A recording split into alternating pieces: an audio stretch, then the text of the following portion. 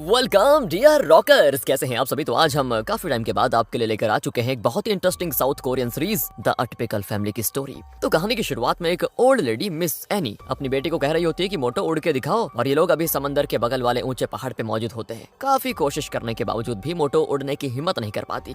हाँ दोस्तों, क्योंकि उसे बहुत ज्यादा डर लग रहा था कि मैं इतनी मोटी हूँ, कहीं गिरकर मर ना जाऊं। वहीं मिस एनी अपने बेटे बैन से कहती है तुम पास्ट में जाओ, मगर वो तो शराब घटकाने में बिजी होता है। उसके डैड उसके हाथों से शराब की बोतल छीन लेते हैं और कहते हैं कि बेटा आंखें बंद करो और पास्ट में जाने की कोशिश करो। मगर बहन तो फिर से शराब की बोतल लेकर पीना शुरू कर देता है। इसके बाद मिस एनी अपनी ग्रैंड डॉटर से, जिसका नाम इना है, उससे कहती है बेटा तुम भी अब मिडिल स्कूल में आ गई हो, तुम्हें भी अब तक अपने सुपर पावर को अनलॉक कर लेना चाहिए। पर वो तो थी मोबाइल चलाने में बिजी। तब मिस एनी थोड़े भावुक होकर कहती है कि हमारी फैमिली बर्बाद हो गई है, ना तो मुझे नींद की झपकी तक आती है, ना मैं फ्यूचर देख पा रही हूँ अपने सपने में, और ना ही तुम लोगों के सुपर पावर्स काम कर रहे हैं। मेरा तो ऐसा जी चाह रहा है कि मैं इसी पहाड़ से कूद कर अपनी जान दे दूं। ये कहकर वो भाग कर किनारे पे जाती है। पर उसकी फैमिली में उसके हस्बैंड के सिवाय किसी और को उतनी रत्ती भर भी चिंता नहीं होती कि दादी कहीं जा रही है मरने के लिए। जिससे दोस्तों दादी का हस्बैंड यानी कि दादा अपने फैमिली पे चिल्लाने लग जाता है। तभी उनका बेटा बैन अचानक से समुद्र में कूद जाता है। लोग चिल्लाने लग जाते हैं कि अरे बचाओ बचाओ, कोई तो डूब रहा है। और तब एक जेनी नाम की लड़की आकर उसे बचाती है। वो उसे अपने कंधे पे उठाकर किनारे पे लेके आ जाती है। तब तक वो बेहोश हो चुका था। जिसके बाद जेनी को उसे माउथ टू माउथ सीपीआर देने के बाद जगाना पड़ जाता है। और बैन जैसे ही जागता है ना, उसे जेनी में अपनी वाइफ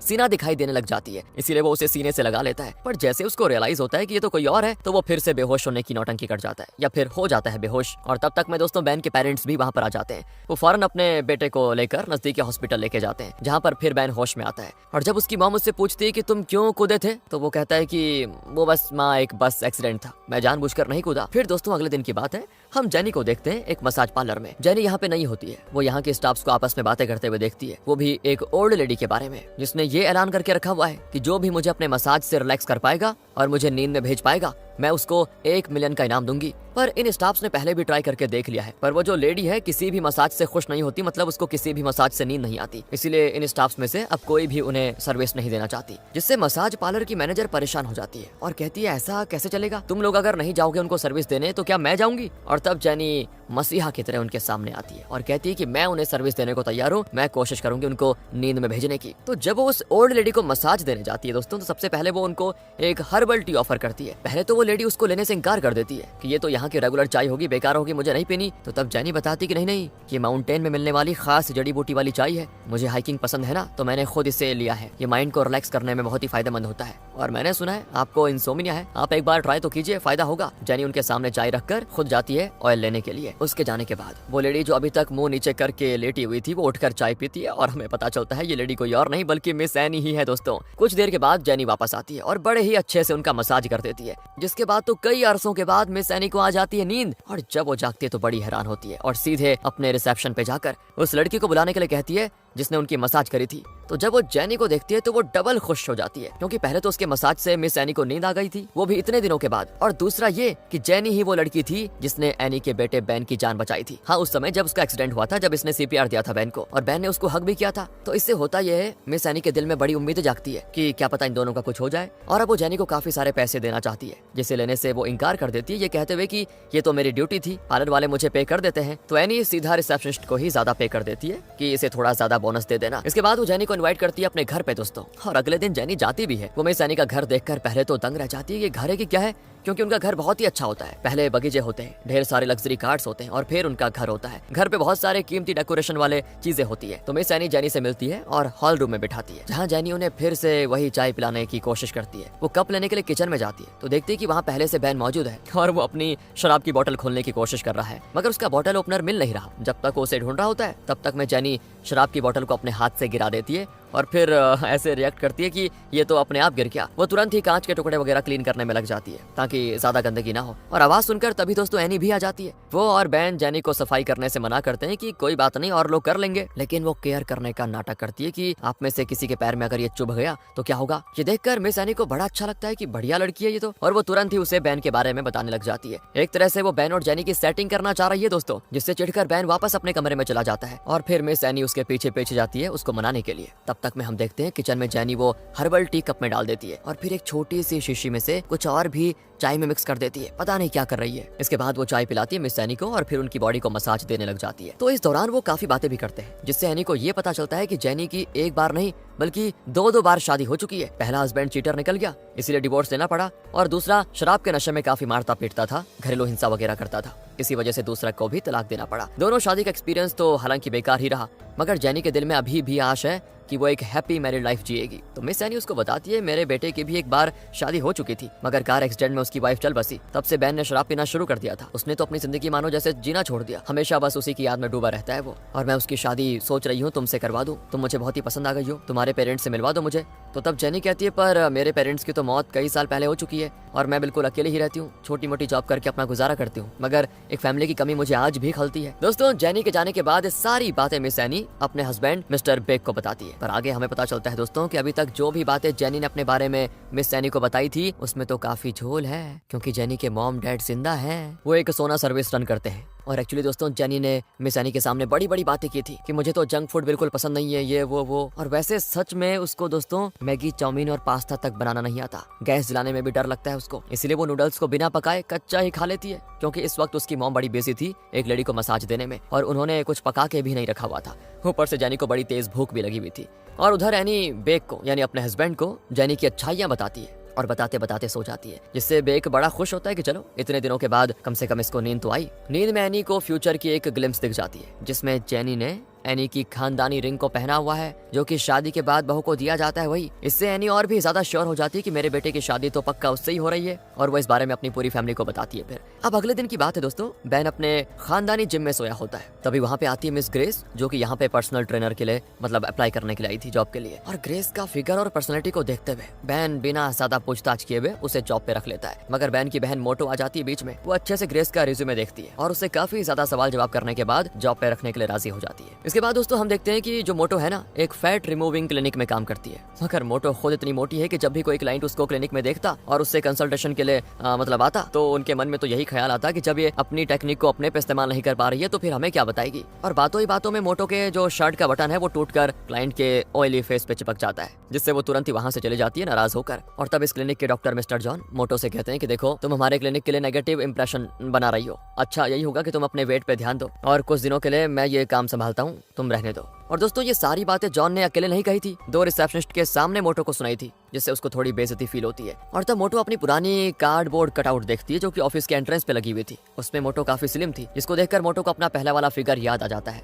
मगर अब तो वो अपने ईटिंग पैटर्न पे कंट्रोल ही नहीं कर पाती। कुछ भी अच्छा हुआ तो उसे खाने का मन करता है, कुछ बुरा हुआ तो खाने का मन करता है, बोर हो रही है तो खाने का मन करता है, और एक्साइटेड है तो भी खाने का मन करता है। मतलब हर समय खाने का मन होता है उसका। अब वो पतली तो होना चाहती है, लेकिन ये खाने का जो ये सीन चल रहा है कैसे होगी भाई। यहाँ से कुछ दिनों के बाद की बात है, बैन की बेटी इना का आज बर्थडे होता है। इसी खुशी में एनी ने फैमिली के लिए लंच ऑर्गेनाइज किया था और इसमें जेनी को भी इनविटेशन मिला था। तो जेनी यहाँ फ्लावर लेकर पहुंच जाती है। यहाँ फिर से एनी अगेन वो शादी की बात छेड़ देती है। तो बैन तो जेनी को डायरेक्टली वार्न कर देता है कि देखो, मुझे ये शादी करने के बारे में सोचना भी नहीं है, ना ही तुम सोचना। मेरी 13 साल की बेटी है, आजकल टीनेजर्स के काफी नखरे होते हैं, तुम उसकी भलाई के लिए कोई बात करोगी तो वो तुम्हें एक बुरी स्टेप मॉम होने का टैग दे देगी। और ये है मेरी बहन मोटो। लोगों का कहना है कि ननद तो वैसे भी बड़ी बदमाश होती है, पर मेरी बहन उन सबसे 10 कदम आगे है, तुम्हारी जिंदगी जहन्नुम बना देगी ये। ऊपर से ये मैडम घर की सारी दौलत अपने बॉयफ्रेंड जॉन पे लुटाने की ठान चुकी है। इसने उसके लिए वाइन बार और कैफे का बिजनेस खोल कर दिया था, जो कि बुरी तरह से फेल हो गया, और अब रिसेंटली एक क्लिनिक भी खोल के दिया है। और अब बताओ, क्लिनिक किसने दिया? और अब इसे ही काम से निकाल दिया है कि तुम्हारी वजह से गलत इंप्रेशन पड़ रहा है। और हम लोग तो इस मोटी को समझा समझा कर थक गए हैं कि वो लड़का तुम्हें बस यूज कर रहा है। नहीं, पर इसको समझना ही नहीं है, सच्चा प्यार है कि मेरा। जिससे दोस्तों अब माहौल थोड़ा ऑकवर्ड हो जाता है। यहाँ पे एनी बैन को यहाँ से लेके जाती है और अकेले में माँ बेटे के बीच झगड़ा होने लग जाता है, क्योंकि बैन मूव ऑन नहीं करना चाहता और उसकी माँ जबरदस्ती उसकी सेटिंग करने में लगी हुई है।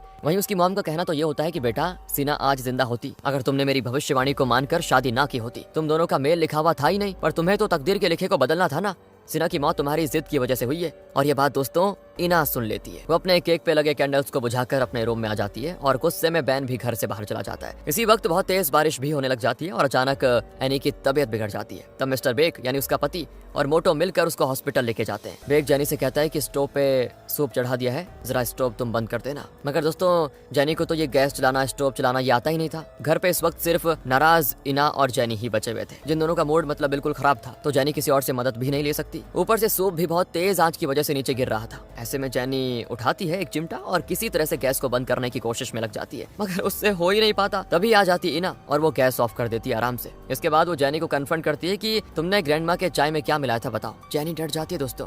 पिछली बार जब वो आई थी और उसने चाय में कुछ तो पाउडर जैसा मिक्स किया था, तो तब इना ने उसको ये करते हुए देख लिया था। अब जैनी थोड़ा सोच कर कहती है कि वो तो दालचीनी का पाउडर था बस। दूसरी ओर बैन गया हुआ था अपनी वाइफ के मेमोरियल पे, जहाँ सिन्हा के पेरेंट्स भी आए हुए थे। दरअसल दोस्तों आज के दिन सिन्हा की डेथ एनिवर्सरी भी थी। बैन के सास ससुर उसको इस गंदे हुलिया में देखकर भड़क जाते हैं और कहते हैं कि कितनी बार कहा है हमने कि इस तरह हमारी बेटी के पास मत आया करो, क्योंकि तुम्हें इस तरह देखकर मेरी बेटी कभी खुश नहीं होगी, तुम्हें अच्छे से रहना चाहिए। इसके बाद सिन्हा की मॉम फिर से वही सेम बातें करती है कि मेरी बेटी उस एक्सीडेंट में मर गई मगर तुम्हें एक खरोंच तक नहीं आई। उसने मुझे बताया था कि तुम्हारे पास कोई तो स्पेशल पावर है। खैर क्या ये इसी वजह से हुआ? सिन्हा के गुजरे हुए 7 साल हो चुके हैं, अब तुम्हें मूव ऑन कर लेना चाहिए। अब रात हो चुकी थी दोस्तों और इना को लगी थी बड़ी भूख, इसीलिए जैनी उसको माइक्रोवेव में गर्म करके वही सूप दे देती है, जिससे इना उससे बड़ी खुश होती है और उसके सामने अपनी सारी फैमिली की सच्चाई बक देती है कि मेरी फैमिली के पास कुछ सुपर पावर्स थे जो कि उन्होंने मॉडर्न लाइफस्टाइल डिजीजेस की वजह से खो दी है। मेरी ग्रैंडमा को लगता है कि तुम्हारी वजह से उनकी खोई भी पावर उन्हें मिल रही है, इसलिए वो तुम्हें यूज करने के लिए ही सिर्फ अपने घर का सदस्य बनाना चाहती है। पता है तुम्हें? पता है एक और चीज बताऊं, ग्रैंडमा को इंसोम्निया हो गया है,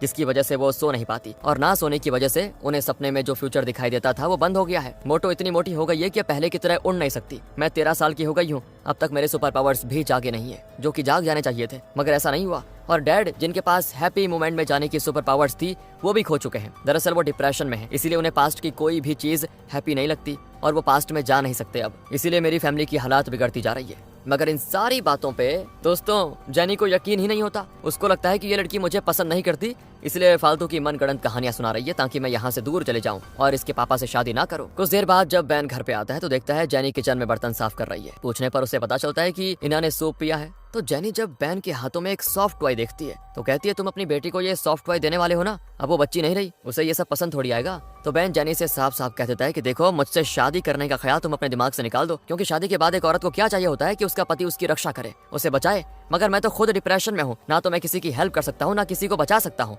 और तब जैनी कहती पर मैंने तो देखा तुम्हें उस दिन, तुम उस बच्ची की डूबती हुई सॉफ्ट टॉय को बचाने के लिए ऊपर से सीधा कूद पड़े थे समंदर में, यानी तुम्हारे अंदर अभी भी दूसरों की मदद करने और उन्हें बचाने की ताकत है। ये कहकर जैनी अपने घर चली जाती है, जहाँ हम ग्रेस को भी देखते हैं दोस्तों, यानी कि दोनों सिस्टर्स थी। ये लोग नाटक कर रहे थे और इस नाटक की मास्टरमाइंड थी इनकी मॉम। इन्होंने इससे पहले भी 2 मुर्गों को ऐसे ही हलाल किया था। यानी जैनी का जो पहला हस्बैंड था ना, उसे जिस लड़की के साथ फिजिकल होते हुए जैनी ने रंगे हाथों पकड़ा था वो थी खुद उसकी बहन ग्रेस। चीटिंग को ग्राउंड बनाकर जैनी ने उससे डिवोर्स ले लिया और शायद उसके बाद उसे काफी मोटा पैसा भी हथिया लिया। इसके बाद सेकंड हस्बैंड हालांकि शराब पीने के बाद थोड़ा मारपीट जरूर करता था, मगर जैनी ने खुद ही शराब की बोतल दे मारी थी अपने सर पे और फिर पुलिस में कंप्लेंट कर दी कि इसने मेरे साथ घरेलू हिंसा करी, जिसकी वजह से उसे मिल गया डिवोर्स और एलिमनी भी। इसके आगे हम देखते हैं कि इन्होंने जो अपनी फैमिली सीक्रेट बताए थे जैनी को कि हमारे फैमिली में सुपर पावर्स हैं, वही चीज जैनी अपनी फैमिली में अपनी मॉम, सिस्टर और अंकल को बता के बड़ी हंस रही होती है। इसके बाद स्टोरी पास्ट में शिफ्ट होती है जब बैन महज 10-12 साल का था। उस समय वो अपने दोस्तों के साथ एक लकी ड्रॉ खेलने गया हुआ था। जो भी इस ड्रॉ को जीतेगा उसको एक बहुत ही बड़ी सी मछली की शेप वाली कैंडी मिलेगी, जिसे वो जीत भी लेता है और बड़ा खुश होता है कि चलो मजे आ गए, क्योंकि उसके दोस्तों को वो नहीं मिल पाई थी, इसीलिए उसे खुशी हो रही थी। उसके सारे दोस्त उसकी खूब तारीफ भी करते हैं कि वाह भाई तू बड़ा किस्मत वाला है, तूने इतनी बड़ी कैंडी जीत ली। और छोटा सा बैन अपनी माँ के साथ एक खुशी बांटना चाहता था, इसीलिए वो उसे कैंडी को बिना एक भी बार खाए हुए लेकर जाता अपने घर अपनी मॉम को ये दिखाने के लिए। मगर ये क्या दोस्तों, उसकी मॉम खुश होने के बजाय बड़ी गुस्सा हो जाती है और कहती है कि मैंने तुम्हें मना किया था ना वहाँ जाने के लिए, वहाँ पे एक एक्सीडेंट होने वाला था, अगर तुम्हें कुछ हो जाता तो गुस्से में वो उस कैंडी को फेंक देती है, जिससे वो चकनाचूर हो जाता है और बैन रोना शुरू कर देता है। उसे बस वही पल याद आ रहे होते हैं जिस पल में वो उस कैंडी को जीता था। जैसे वो आंखें बंद करता है ना, वैसे ही गायब हो जाता है और पास्ट में पहुंच जाता है, वो भी उस वक्त जिस वक्त उसे कैंडी मिली थी। उसे बड़ा मजा आता है कि वाह यार मैंने ये सब कुछ फिर से देख लिया, मतलब मेरे अंदर बढ़िया पावर है। अचानक बैन के गायब होने से उसकी मॉम भी समझ आती है कि बैन के सुपर पावर एक्टिवेट हो चुके हैं। उधर दोस्तों अभी बैन तो पास्ट में आ गया है ना, लेकिन पास्ट में ऑलरेडी बैन भी तो रहेगा, तो वो पास्ट वाले बैन को देखता है जो कैंडी जीतने के बाद अपने दोस्तों की वाहवाही सुनता है और फिर जाता है अपने घर अपनी मॉम को वो कैंडी दिखाने के लिए। तभी फ्यूचर वाले बैन को दिखाई देती है एक लड़की जो कि एक क्यूट से पप्पी को लेकर जा रही थी। आगे एक मोड़ आता है और उसका पप्पी अपनी रस्सी छुड़ाकर भाग जाता है। वो लड़की उसको पकड़ने जाती है और तभी एक एक्सीडेंट की आती है आवाज। उस लड़की का पपी एक बाइक के नीचे आकर मर गया था, जिसकी वजह से वो लड़की बहुत रोती भी है। और ये सारी चीजें देखकर बैन समझ जाता है कि मेरी मॉम सही कह रही थी, यहाँ पे सच में एक्सीडेंट होने वाला था। तभी दोस्तों वो वापस प्रेजेंट में चला आता है और उसे बड़ा दुख होता है कि जिस वक्त मैं इतना खुश था उसी वक्त बताओ ऐसी बुरी चीज हो गई। बैन एक्चुअली दोस्तों उस पपी की जान बचाना चाहता था, इसीलिए वो दोबारा से अपनी आंखें बंद करके पास्ट में जाता है। वो लाख कोशिश करता है मगर हर बार वो उस पपी को बचाने में नाकामयाब ही रहता है, क्योंकि पास्ट में वो ना तो किसी को दिखाई देता था और ना ही किसी से बात कर सकता था और ना ही किसी को पकड़ सकता था। लगातार कई बार मूवमेंट में जाने से और पपी की मौत देखने से वो कैंडी जीतने वाला जो उसका हैप्पी मोमेंट था वो हो जाता है उसके लिए सैड मोमेंट, और फिर वो दोबारा उस मोमेंट में नहीं जाना चाहता था। इसके बाद दोस्तों हम बैन का वो हैप्पी मोमेंट देखते हैं जिसमें इना पैदा हुई थी। हाँ, उस वक्त बैन और सिन्हा दोनों ही बहुत ज्यादा खुश थे और बैन ने कहा भी था कि ये मोमेंट मेरे लिए हद से ज्यादा खुशी वाला है। मैं इसको दोबारा आने से कभी बोर या उदास नहीं होने वाला। मैं तो इस मोमेंट को अनगिनत बार देखना चाहता हूँ। इसके बाद सीन प्रेजेंट में शिफ्ट होता है दोस्तों, यानी इना के बर्थडे के अगले दिन। तो बैन देखता है कि बाहर डस्टबिन में आज तक जितने भी बर्थडे पे बैन ने उसको सॉफ्ट टॉयज दिए थे उन्हें इना ने डस्टबिन में डाल दिया, फेंक दिया। तभी इना निकलती है अपने स्कूल के लिए। वो अपने फोन के स्क्रीन को देखते देखते जा रही होती है। तो बैन टोकता भी है कि फोन तो कॉल करने के लिए होते हैं, कभी कर भी लिया करो, बस वीडियोस ही देखती रहोगी क्या? रास्ते में तो फोन को बैग में डाल दो, वरना ऐसे गिर जाएगा कहीं, तुम भी गिर जाओगी। तभी दोस्तों हम एक ब्लैक बाइकर को देखते हैं जो कि इना को फॉलो कर रहा होता है। दोपहर के टाइम हम बैन को देखते हैं एक स्टोर में अपनी बेटी के लिए कोई दूसरा बर्थडे गिफ्ट खरीदते हुए। वहीं उसे मिल जाती है जेनी जो कि उसके चॉइस का मजाक उड़ाती है और फिर एक मस्त सा शूज पसंद कर देती है इना के लिए। इसके पैसे वो टेबल पे रख कर चला जाता है। तभी मॉल में दोस्तों फायर अलार्म बज जाता है और बिल्कुल अफरा तफरी शुरू हो जाती है। जेनी पैनिक होकर वहीं पे गिर जाती है। तभी वहाँ पे आता है बैन जो कि जेनी का हाथ पकड़ लेता है। और यहाँ एक चीज गौर करने वाली बात है दोस्तों कि बैन के हाथ में चोट का निशान है, जबकि उसे अभी चोट लगी भी नहीं है। कुछ देर के लिए जेनी दूसरे लोगों को देखती है भागते हुए। तभी बैन गायब हो जाता है और इसके बाद मॉल में अनाउंसमेंट की जाती है कि ये एक फॉल्स फायर अलार्म था। इसके बाद जेनी जाती है अपने घर और इना जब स्कूल से आती है और अपने रूम के दरवाजे पे वो कूल से शूज टंगे हुए देखती है तो उसे फौरन अंदर ले जाकर पहनती है। बड़ी खुश भी होती है। हाँ, उसे जूते बड़े पसंद आ गए थे। तभी वो देखती है कि दरवाजे पर उसके डैड छिपकर ये देख रहे हैं, हाँ, उसकी हरकतें। अब अगले दिन जब मोटो जिम में जाती है तो देखती है कि जिम करने आए लोगों से लेकर ट्रेनर सभी के सभी ग्रेस को लालच भरी नजरों से देख रहे हैं, जो कि मोटो को पसंद नहीं आता। वो जाकर ग्रेस की इंसल्ट करने की कोशिश करती है तो बदले में ग्रेस भी उसके मोटापे का मजाक उड़ा देती है। तभी वहाँ पे मिस एनी जेनी के साथ आती है और उसे बताती है कि मेरा बेटा पहले फायर फाइटर हुआ करता था, मगर मुझे उसकी जान की बड़ी चिंता हुई और मैंने उसके लिए जिम खोल दिया ताकि वो एक सेफ और सही बिजनेस करे। एक बार बैन की शादी हो जाए तो मैं ये बिल्डिंग और ये जिम दोनों उसके नाम कर दूंगी। जिस पे जेनी कहती है कि मैं आपके कहने का मतलब समझ रही हूँ वैसे, मगर मुझे ये सब बड़ा जल्दबाजी का काम लग रहा है। ये बातें दोस्तों मोटो सुन लेती है और बड़ी ऑफेंड हो जाती है कि ये बिल्डिंग तो मेरी होकर रहेगी, आपने कहा था कि जिसकी पहले शादी और बच्चे होंगे ये उसी का होगा। जिस पे एनी कहती है कि हाँ, मैं तो अभी भी यही बात कह रही हूँ, पर तुमसे मुझे कोई उम्मीद नहीं है। तुम्हारा बॉयफ्रेंड तो तुम्हें कमिटमेंट देने से डरता है। और तब अकेले में ले जाकर मोटो अपनी माँ को खूब सुनाती भी है कि आपको सबके सामने बोलने की क्या जरूरत थी, मतलब आपको अपनी बेटी से ज्यादा उस लड़की पे भरोसा है। आपको पता है क्या उसका बैकग्राउंड, उसके बारे में कभी सोचा है? हम जिस बीच पे गए थे वहाँ उसका होना, बैन की जान बचाना और फिर उसी मसाज पार्लर में जॉब करना जिसमें आप रेगुलर जाती हैं, ये सब आपको खटक नहीं रहा कुछ? तो एनी कहती है, अरे देखो जेनी बहुत ही प्यारी लड़की है, समझी।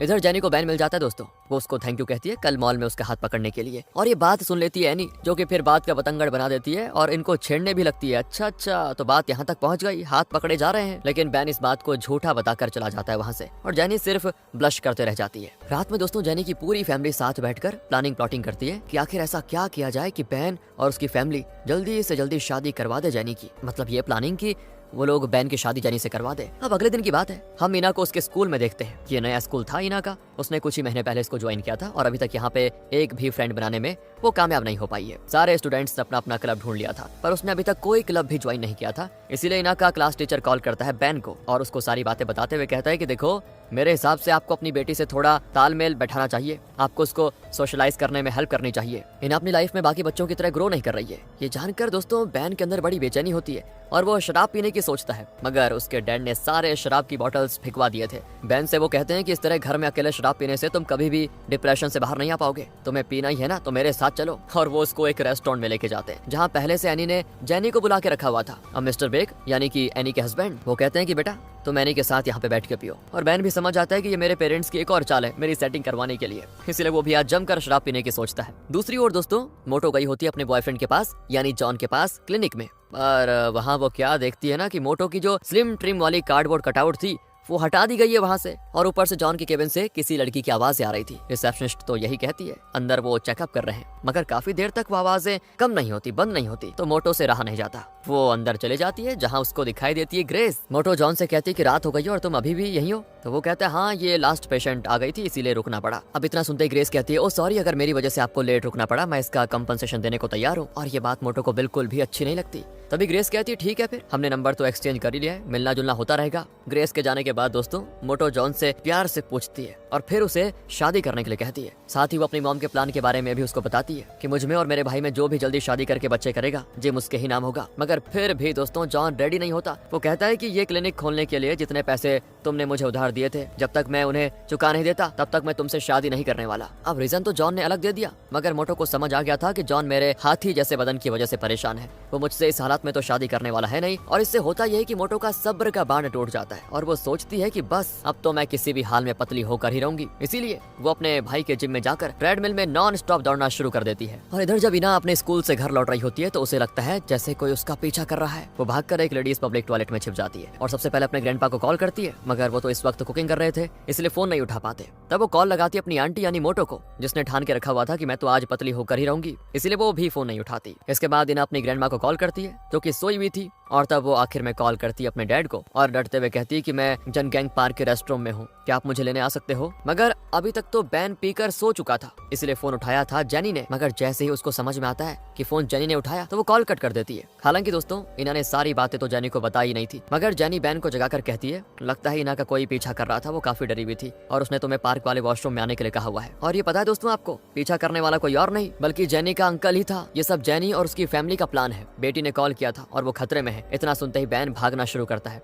हालांकि उससे तो ठीक से चला भी नहीं पाता, फिर भी वो गिरते पड़ते जेनी का सहारा लेते हुए किसी तरह से पहुंच जाता है उस वॉशरूम के पास, और वहाँ वो ब्लैक कॉस्ट्यूम और ब्लैक हेलमेट में उस आदमी को देख लेता है जिसे पहले भी बैन ने इना के आसपास देखा था। मतलब ये काफी टाइम से ट्राई कर रहे थे। अब वो उस आदमी से फाइट करने की सोचता है। जेनी भी अपने अंकल को इशारा करती है कि थोड़ा सा मार खाने की एक्टिंग कर लो, और ये बैन भाई साहब भी दोस्तों नशे में होने की वजह से एक मुक्का मार देते हैं उस आदमी को जो कि हेलमेट पे लगता है, और वो भी बेहोश होने की कर देता है एक्टिंग जेनी के इशारे पे। मगर असल चोट तो लगी थी बैन के हाथों में, क्योंकि हेलमेट पे लगा था उसका हाथ, जिससे वहाँ पे जख्म बन जाता है। अपने डैड की आवाज को सुनकर इना भी टॉयलेट से बाहर आ जाती है और देखती है डैड ने मार खाकर उस बदमाश आदमी को बेहोश कर दिया जो कि मेरा पीछा कर रहा था। पर वो अपने डैड के कहने पर भी वॉशरूम से पूरी तरह से बाहर नहीं आ रही थी। वो बार बार अपना स्कर्ट पकड़ के रखी हुई थी, जिससे जेनी को शक होता है, और उसका शक सही था। इना को उसका फर्स्ट पीरियड हुआ था, इसलिए वो पास वाले शॉप से जाकर उसके लिए पैड ले आती है। वो उसे कैसे यूज करना है वगैरह ये सारी चीजें भी सिखाती है, बड़ा कंफर्टेबल फील करवा कर। तो जेनी उसको अपना जैकेट देती है ताकि वो पीछे से कमर पे बांध ले। फिर ये लोग जाते हैं घर, जहाँ फर्स्ट पीरियड के लिए बैन उसको कांग्रेचुलेट करना चाह रहा था, मगर इना तो अनकंफर्टेबल होकर घर के अंदर भाग जाती है क्योंकि उसके लिए ये बहुत अलग था। जिसके बाद बैन जेनी से पूछता है बाहर ड्रिंक करने के लिए चलें क्या। जेनी कहती है मैं तो चल लूंगी, मगर तुम्हें इस बार ड्रिंक शेयर करनी होगी, सुबह की तरह नहीं कि सारा शराब खुद ही अकेले घटक लो। इसके बाद हम इनको एक छोटे से ओपन रेस्टोरेंट में देखते हैं जहाँ खाते पीते ये बातें करते हैं। तो बैन जेनी से कहता है कि आज तुमने जो मेरी बेटी के लिए किया ना उसका शुक्रिया, पर सुनो तुम आए दिन अगर ऐसे मेरे और मेरी फैमिली की मदद करती रहोगी तो ये मत सोच लेना कि मैं भी तुम्हारे लिए बदले में कुछ कर पाऊंगा। मैं डिप्रेशन वाला आदमी हूँ, मैं किसी के लिए कुछ भी नहीं कर सकता। तो जेनी कहती है कौन कहता है तुम कुछ नहीं कर सकते, तुमने कल मेरा हाथ तो पकड़ा था ना, मेरे लिए इतना तो काफी है। तो बैन कहता है कि मैंने कितनी बार कहा है कि मैंने तुम्हारा हाथ नहीं पकड़ा। तो जेनी कहती है अच्छा जी, ज्यादा भोले बनने की एक्टिंग मत करो। जब हम मॉल में थे और फायर अलार्म बजा, मैं जमीन पे गिर गई थी तो तुम ही तो मुझे उठाने के लिए आए और मेरा हाथ भी पकड़ा तुमने, फिर पता नहीं कहाँ गायब हो गए तुम। ये बात बहन को बड़ी अजीब लगती है दोस्तों, क्योंकि वो तो कल जूते के पैसे देने के बाद चला गया था वहाँ से। तब जेनी उसके हाथों पे पट्टी लपेटते हुए कहती है इसका मतलब ये हो सकता है कि तुम फ्यूचर से आए होंगे उस समय, जैसा कि तुम्हारी बेटी स्टोरी बनाती है ना तुम्हारे बारे में कि तुम पास्ट में ट्रेवल कर सकते हो, तो हो सकता है कि तुम फ्यूचर से आए हो और तुमने मेरा हाथ पकड़ा और चले गए वापस। जिसपे बैन कहता नहीं मैं तो अब पास्ट में जा ही नहीं सकता डिप्रेशन की वजह से। जिसपे मजाक में जेनी कहती है कि हो सकता है तुम्हें मेरे साथ रहकर खुशी फील हो रही हो अंदर से, जिसे तुम एक्सेप्ट नहीं करना चाहते। एक बार आंख बंद करके कोशिश तो करो, हो सकता है तुम मेरे साथ बिताए गए पास्ट के टाइम में चले जाओ। तो बैन कहता है अगर ऐसी कोई बात होती तो मैं पास्ट में जाने के बाद भी किसी चीज को पकड़ नहीं पाता हूँ, मतलब मेरे लिए सब इनविजिबल रहता है, मतलब मेरे लिए ऐसी सिचुएशन हो जाती कि मैं चीजों को टच नहीं कर पाता, फिर तुम्हारा हाथ कैसे पकड़ पाता मैं। देखो वो मैं नहीं था जिसने कल तुम्हारा हाथ पकड़ा, सिंपल है। जिसपे जेनी कहती हो सकता है मैं स्पेशल हूँ। और दोनों फिर थोड़े हंसी मजाक के बाद अपने अपने घर चले जाते हैं। इधर मोटो मैडम जिम बंद होने के बाद भी ट्रेडमिल का जान नहीं छोड़ती दोस्तों, वो तो भागे जाती है। भागते भागते एक पल तो ऐसा आता है कि वो थोड़ा सा हवा में उड़ जाती है और फिर सीधे जमीन पे। उस वक्त जिम में ग्रेस मौजूद होती है जो कि उसको आराम से सांस लेने को कहती है, मगर वो रोने लग जाती है। उधर घर पे बैन को जेनी की कही बातें याद आती है और वो बस एक बार आंख बंद करके सच में पास्ट में जाने की कोशिश करता है और चला भी जाता है। वो पहुंच जाता है उसी मोमेंट में जब मॉल में फायर अलार्म बजा था और जेनी गिर गई थी, और तब बैन उसका हाथ पकड़कर देखने की कोशिश करता है कि जेनी जो कह रही थी क्या ये पॉसिबल है या नहीं। तो सच में दोस्तों वो उसका हाथ पकड़ पाता है। आज से पहले कभी ऐसा नहीं हुआ था कि वो पास्ट में गया हो और उसने किसी चीज को पकड़ा। ये पहली बार हो रहा है जब वो पास्ट में गया और किसी चीज को पकड़ा। इसके बाद दोस्तों बैन प्रेजेंट में चला जाता है और काफी खुश होता है कि वाओ मैं डिप्रेशन से बाहर आ गया, मैं दोबारा से अपने पास्ट में जाने की कोशिश करता हूँ। मुझे सीना के साथ बिताए के बीच मोमेंट को फिर से एंजॉय करना है। मगर जैसे बीच और हैप्पी मोमेंट वगैरह वो इमेजिन करता है ना, वो पहुंच जाता है उस टाइम में जब बैन समुद्र में डूब रहा था और जेनी उसे बचाकर बीच पे लेके आई थी। तब जेनी को उसने सीना समझकर हक कर लिया था। ये देखकर बैन हैरान हो जाता है। वो फिर से कोशिश करता है इना के जन्मदिन में जाने की, मगर वो पहुंच जाता है उस मोमेंट में जब इना वॉशरूम से बाहर आई थी मगर तभी उसके पीछे से जेनी भी बाहर आती है। इससे बैन फिर परेशान हो जाता है कि मैं जब भी पास्ट के हैप्पी मोमेंट्स में जाने की कोशिश कर रहा हूँ तो जेनी के साथ बिताए के मोमेंट में क्यों पहुंच रहा हूँ। ये क्या है? क्या इसका मतलब ये है कि जब जेनी मेरे पास होती है तभी मैं खुश होता हूँ, या फिर और कोई बात है, या फिर वो कोई सच में स्पेशल है मेरे लिए, या उसके पास भी कोई स्पेशल पावर है मेरी तरह। यही जानने के लिए दोस्तों अगले दिन बैन जाता है उस मसाज पार्लर में जहाँ जेनी जॉब करती है। वहाँ के रिसेप्शनिस्ट से वो जेनी के बैकग्राउंड के बारे में जानने की कोशिश करता है। तभी वहाँ पे जेनी और उसकी मॉम खुद आ जाती है। जब जेनी को वो कन्फ्रंट करता है ना कि मैं जब भी पास्ट में जा रहा हूँ तो मुझे सिर्फ तुम ही दिखाई दे रही हो, आखिर लोचा क्या है? तो मिस एनी उसको समझाती कि बेटा ये कोई लोचा वोचा नहीं है बल्कि प्यार है। फिर वो कहती है कि जेनी का हमारे परिवार के आसपास रहना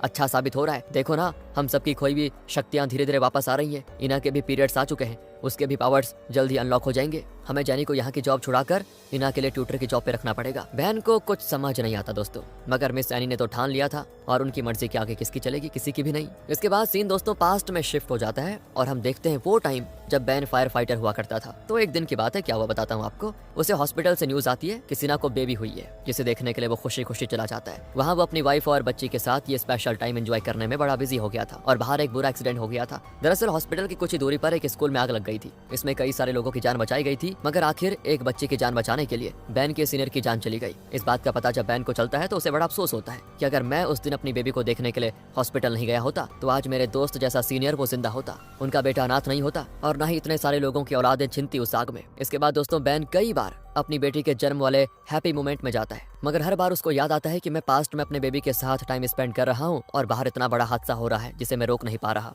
इस बात का बैन पे बहुत ज्यादा बुरा असर पड़ जाता है। वो अपनी बेबी और वाइफ के साथ इस नए जर्नी को एंजॉय करने के बजाय बार बार उसी मोमेंट में जा पाता है, इस कोशिश में कि वो अपने सीनियर और उन बच्चों को बचा सके जिनकी मौत उस आग में हुई थी। इसी वजह से वो अपनी वाइफ से डिस्कनेक्ट हो जाता है। उसका अपने ड्यूटी पे ध्यान नहीं रहता, जिसकी वजह से बैन को फायर फाइटर की जॉब से निकाल दिया जाता है और उसको साइकेट्रिस्ट की हेल्प लेने की सलाह दी जाती है, पर वो नहीं मानता। देखते ही देखते 7 साल गुजर जाते हैं। एक दिन जब बैन अपनी बीवी बच्ची को लेकर कार से जा रहा होता है तो अचानक से वो पास्ट में चला जाता है। हाँ, अचानक से ही, जबकि वो खुद ड्राइविंग कर रहा था और कार से अचानक ड्राइवर गायब होने की वजह से कार का एक्सीडेंट हो जाता है, जिसमें बेचारी सिना की तो मौत हो जाती है, इना बुरी तरह से घायल। मगर बैन को एक खरोंच तक नहीं आती क्योंकि एक्सीडेंट के टाइम वो कार में था ही नहीं, वो तो पास्ट में चला गया था। और जब वो वापस आता है तो देखता है कि ये हाल हो गया। अपनी बीवी बच्चों को आवाज लगाता है ड्राइविंग सीट से ही। गाड़ी की हालत इतनी खराब हो गई थी कि अगर उस वक्त बैन भी गाड़ी में मौजूद होता तो उसकी भी जान चली जाती। ऐसा हो गया था। सीन आता है फिर से प्रेजेंट में दोस्तों। जेनी अपनी फैमिली को बताती है कि बैन को तो मेरा हाथ पकड़ना याद ही नहीं है। तब उसकी फैमिली बड़ी खुश होती है कि लगता है बैन मेंटली स्टेबल नहीं है। उसकी मॉम भी अजीब अजीब से सपने में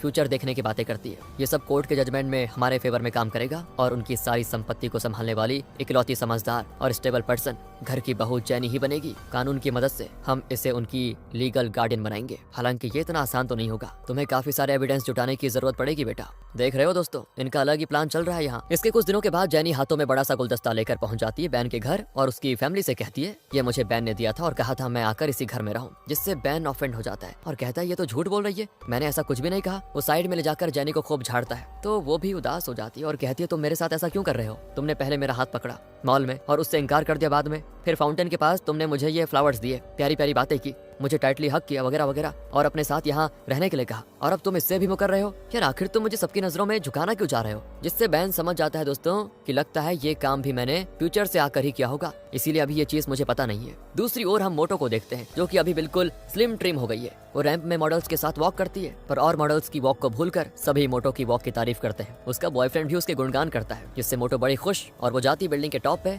और वहाँ से मारती है छलांग। वो पहले की तरह हवा में उड़ने लग जाती है और अपनी इस उड़ान का भरपूर मजा लेती है। लेकिन ये क्या दोस्तों, अचानक से वो मोटी हो जाती है और जमीन पे धड़ाम, जिसके बाद उसको रियलाइज होता है कि ये तो मेरा हसीन ख्वाब था, रियल में अभी भी वो मोटी है। तभी उसके रूम में एक ब्रोकर आती है क्लाइंट को लेकर, जिसके बाद मोटो को पता चल जाता है कि ये अपार्टमेंट जिसमें मोटो रहती है उसे उसकी मॉम ने बेचने का इरादा कर लिया है। इसीलिए वो गुस्से में जाती है अपनी मॉम के पास जो कि जेनी से मसाज ले रही होती है। वो उसे बाहर जाने को कहती है क्योंकि ये फैमिली मैटर है। हालांकि मिस एनी तो ये कहती है कि देखो जो भी कहना है जेनी के सामने ही कहो, ये हमारे परिवार की सदस्य है। मगर मोटो नहीं मानती। वो रूम से जेनी को बाहर भेजकर अपनी मॉम से खूब झमेला कर लेती है कि आपने फिर से पैसे फंसा दिए ना, जिसकी वजह से आपको मेरा अपार्टमेंट बेचना पड़ रहा है। जिसपे उसकी मॉम कहती है कि बेटा अब जेनी आ गई है और उसके हाथ लगते ही मुझे नींद आना शुरू हो जाती है। अब जल्दी मुझे प्रॉपर फ्यूचर दिखना शुरू हो जाएगा और मैं अच्छे स्टॉक्स में इन्वेस्ट करके फिर पैसे बनाऊंगी। यही सब कहते कहते वो सच में सो जाती है। वहीं बाहर खड़ी जेनी छिपकर इनकी सारी बातें सुन रही थी और वॉइस रिकॉर्ड भी कर देती है। वो रिकॉर्डिंग फिर अपनी पूरी फैमिली को भेजती है और फिर तो उसका बस एक ही काम होता है, तरह तरह से इस फैमिली का दिल जीतने का। इतने दिनों में जेनी को ये तो समझ आ गया था कि इना अपने लुक्स को लेकर बड़ी इनसिक्योर है, इसीलिए वो उसकी आईब्रोज बना देती है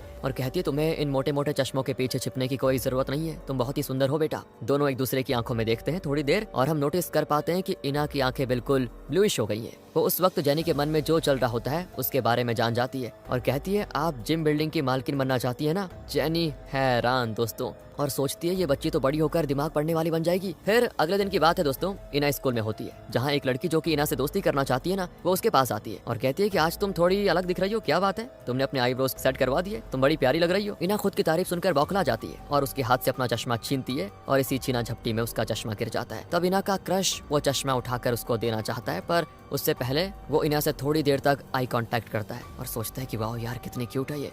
और तभी इना की आंखें हल्की ब्लू हो जाती है और उसे अपने क्रश के मन की बात पता चल जाती है, पर वो इस बात पे ज्यादा ध्यान नहीं देती। दूसरी ओर हम देखते हैं दोस्तों मोटो को, जो कि जिम में अपना वेट देखती है। अभी भी उसका वेट 100 किलो से बहुत ज्यादा है, जिससे उसका मूड ऑफ हो जाता है और उसे खाने का मन करने लग जाता है। तो वो अपने बॉयफ्रेंड को लगाती है कॉल और उससे कहती है कि आज मेरा चीट डे है, तो क्या तुम मेरे साथ डिनर पे चलोगे। तो वो तो क्लाइंट के साथ क्लिनिक में बिजी होने का बहाना कर देता है, मना कर देता है। तब मोटो कुछ अमीर लेडीज से एक होटल में मिलने का प्लान बनाती है नेटवर्किंग के लिए, ताकि वो अपने बॉयफ्रेंड के लिए और नए क्लाइंट्स बना सके, जो कि ग्रेस सुन लेती है और रात में उसी होटल में जॉन को डेट पे लेके चली जाती है। जॉन तो मोटो को नहीं देखता, मगर वो इन दोनों को यहाँ साथ में देखकर बिल्कुल जल जाती है और इनका पीछा करती है। वो लोग लिफ्ट से 12th फ्लोर पर गए होते हैं, तो मोटो से दूसरी लिफ्ट आने का इंतजार नहीं होता। वो सीढ़ियों से ही 12वें फ्लोर तक चल जाती है और देखती है कि दोनों किस विस कर रहे हैं। ये देखकर मोटो का तो दिल टूट जाता है दोस्तों और वो रोते हुए वहाँ से चली जाती है। इधर घर पे भी डिनर का टाइम हो गया था। जेनी सभी के लिए डिनर लेके आती है किसी तरह से। उसने पता है गैस जलाने के लिए एक स्टिक बना ली थी, जिससे वो दूर से ही गैस जला और बुझा सकती है। अब मिस एनी तो सो गई थी, बेक क्लब गया होता है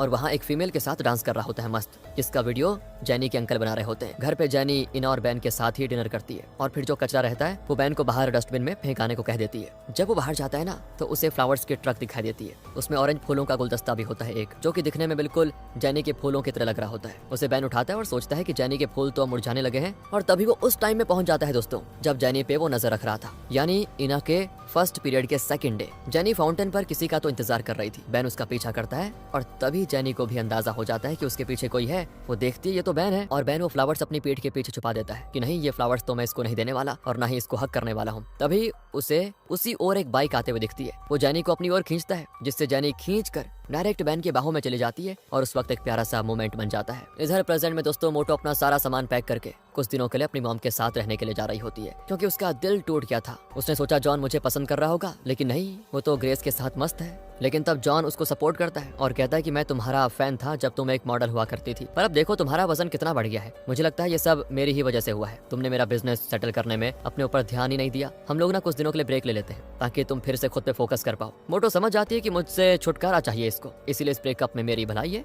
बस जो भी हो दोस्तों, मोटो अपने फैमिली हाउस में चली जाती है, जहाँ वो फिर से जेनी को मिस एनी के लिए चाय बनाते हुए देखती है। तो मोटो कहती है ये चाय मुझे दे दो, मुझे भी थोड़ी आराम की जरूरत है, और मॉम के लिए काम करो, दूसरी चाय बना दो। मगर जेनी घबरा जाती है और कहती नहीं, मैं आपके लिए दूसरी चाय बनाती हूँ, ये मॉम के लिए है स्पेशल। जिससे मोटो को जेनी पे शक हो जाता है और वो कहती है कहीं तो मेरी मॉम को चाय में कुछ मिला के तो नहीं दे रही, I mean, नींद की दवा वगैरह, क्योंकि उन्हें आजकल बड़ी नींद आ रही है। तब ऐसा कुछ नहीं हो, ये प्रूव करने के लिए जेनी खुद वो चाय पी लेती है और इन्हें दूसरी बना कर देती है। इसके बाद दोस्तों जब वो डिनर के बर्तन क्लीन कर रही होती है तो उसे जोरों की नींद आने लग जाती है, मगर मोटो ने उस पे नजर बनाए रखी थी, इसीलिए वो खुद को जगाए रखने की पूरी कोशिश करती है। यानी कि ये जेनी बहुत खतरनाक है। कुछ देर के बाद वो देखती है कि मोटो हल्के कदम से कहीं तो जा रही है, तो वो भी उसके पीछे पीछे चली जाती है और आगे उसे दिखता है कि मोटो इनकी फैमिली की एंटीक पीसेस देख रही है। वो कुछ तो खोजने की कोशिश कर रही थी। आगे वो सारे लॉकर्स को भी चेक करने लग जाती है। तब जेनी इस चीज का वीडियो बनाने में लग जाती है, ताकि आगे चलकर जब मोटो इस फैमिली की लीगल गार्डियन बनने की कोशिश करे तो ये वीडियो दिखाकर साबित हो जाएगा कि इसने तो अपने घर पे ही चोरी की है,